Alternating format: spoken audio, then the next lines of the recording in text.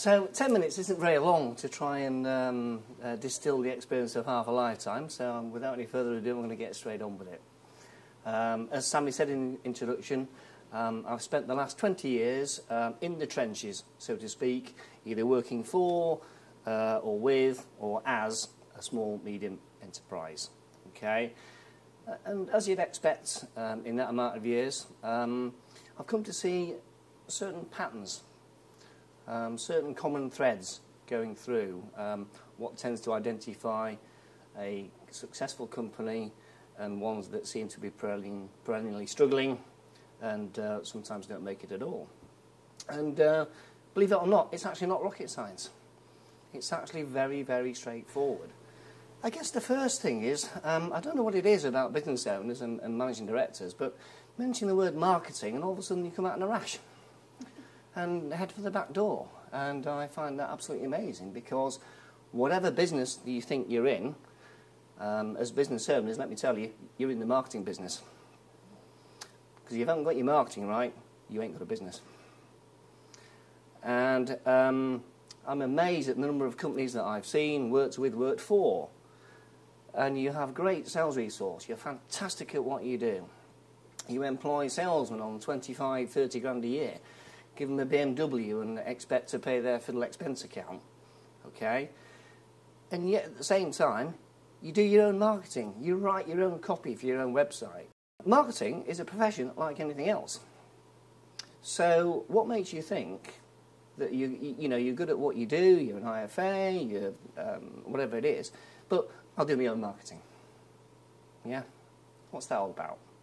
And the challenge I have is, okay, ask yourself the question, do you have in your business somebody who really knows about marketing, somebody who really knows what they're doing, somebody who spent 10, 20, 50 years doing it?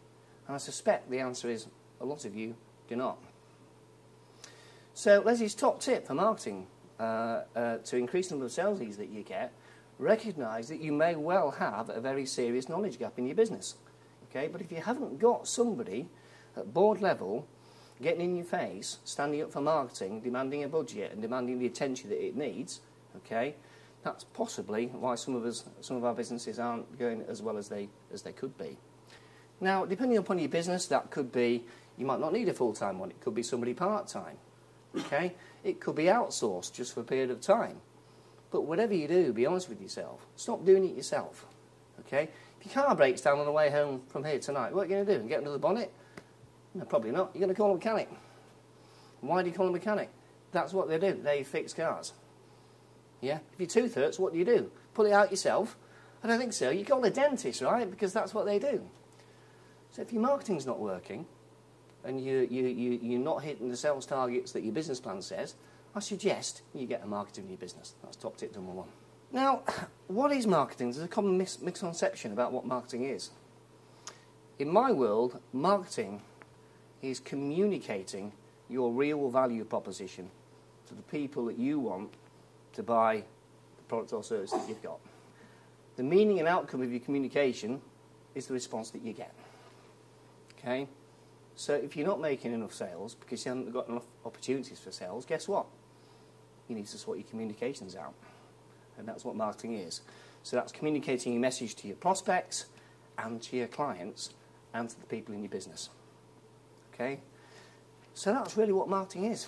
And what are some of the common mistakes that people that own their own businesses make? Okay? First of all, you don't have a plan. Okay? Now, you don't have to put your hands up. I'm not going to put you through that. Okay? But in my experience, 7 or 8 out of 10 businesses that I meet do not have a marketing strategy. And just for clarity, if it's not written down, if it's in here, it's not a strategy. Okay, so Leslie's next top tip. If you ain't got a marketing strategy, get one and get it tomorrow. So, what is a marketing strategy? Very, very simple. It's a working document, okay, that's going to tell you what to do in your business today, tomorrow, next week and next month, okay, that's going to get your phone ringing and your inbox full of people that are hot for what you do, that really get your value proposition. Okay? So there's a number of elements, okay? First of all, What is it you want to communicate? Who is it you want to communicate it to? And how are you going to communicate to them? They're really the three key elements. It's not rocket science, okay?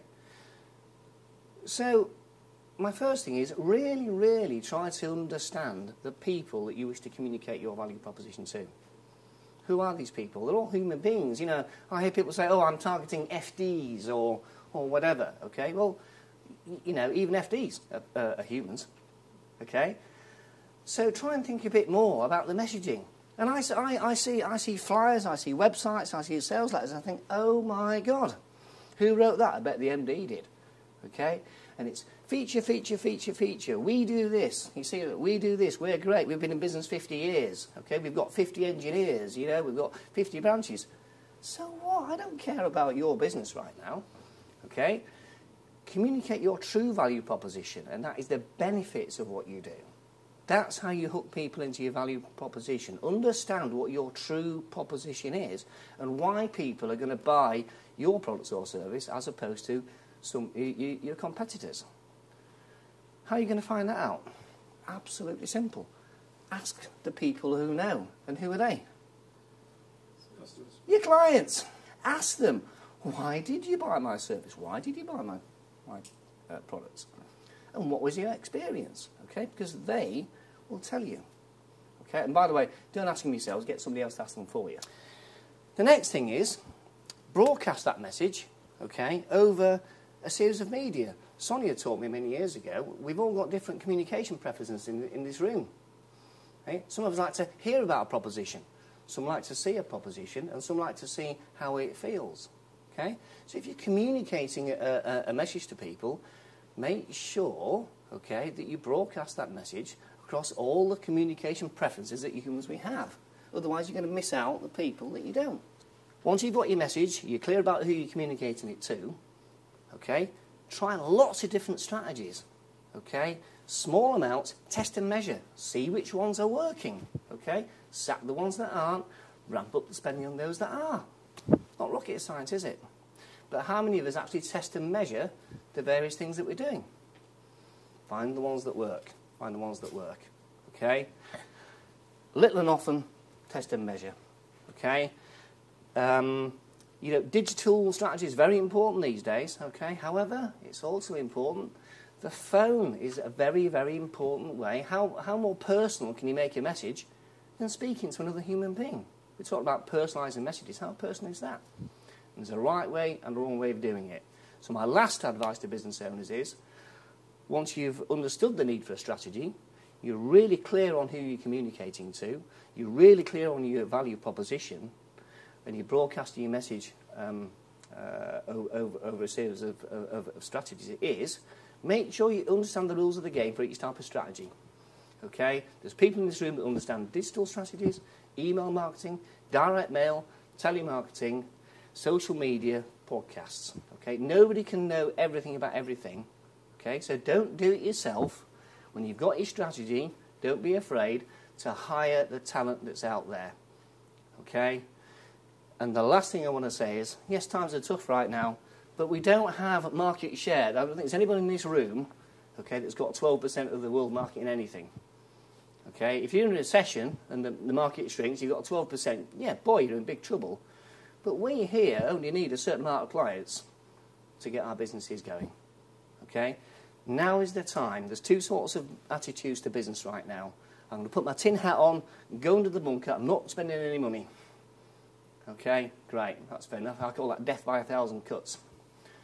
Those that are bold with their marketing right now, you're the ones who are going to come out of this recession, okay, with the clients and the reputation, leaving the rest of you in tatters. Okay? So when you leave this meeting, think about the value of marketing. Realise you're in the marketing business. Get some help. Stop being timid. Be bold. Get it done. And may the best businesses win. Thank you.